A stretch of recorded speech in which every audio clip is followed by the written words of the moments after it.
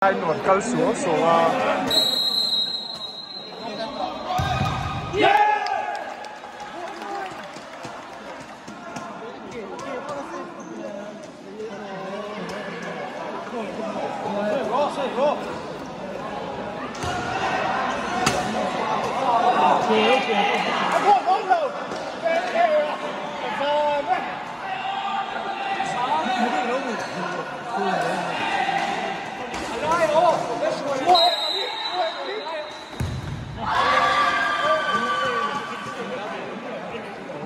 bị ống lầu á.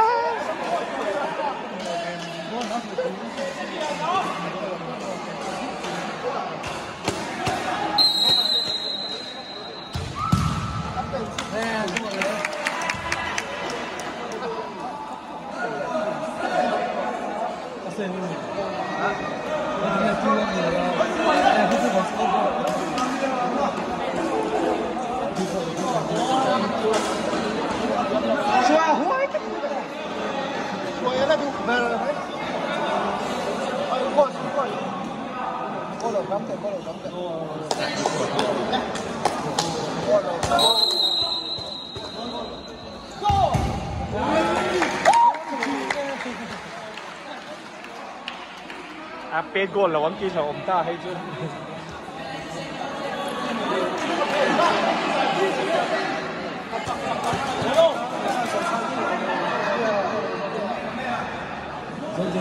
Một tiếng xa. Buộc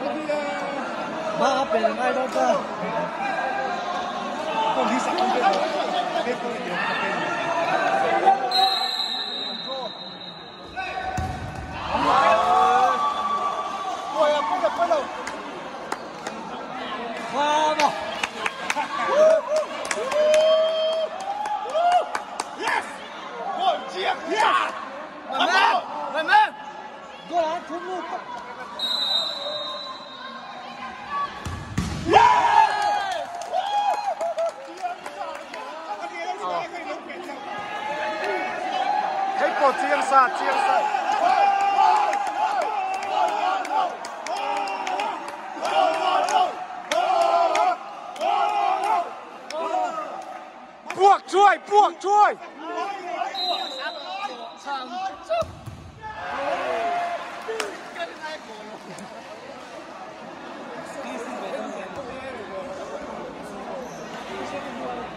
Nó tốt hơn. Biết rồi.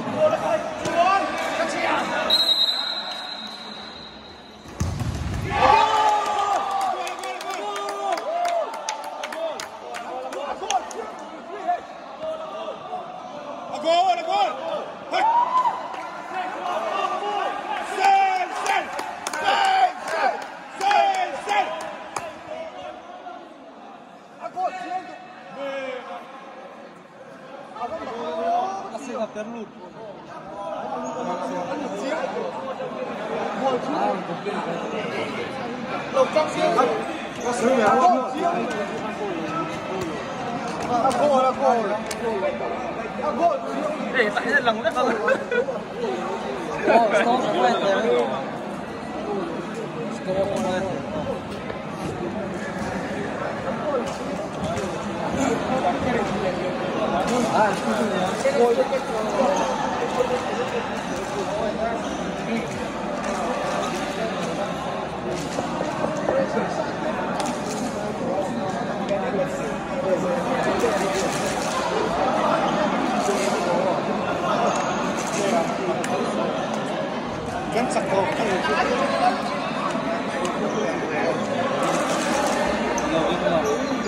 過再領咗啲。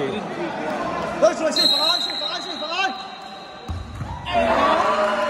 歸了。程度快過嚟嚇，攞下。來，起來，上樓來。你這邊沒事，你這邊沒出事。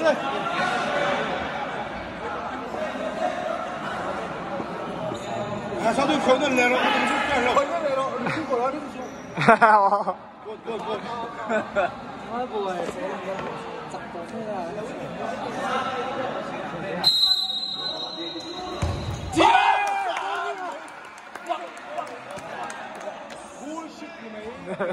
這是我幸福。沒有。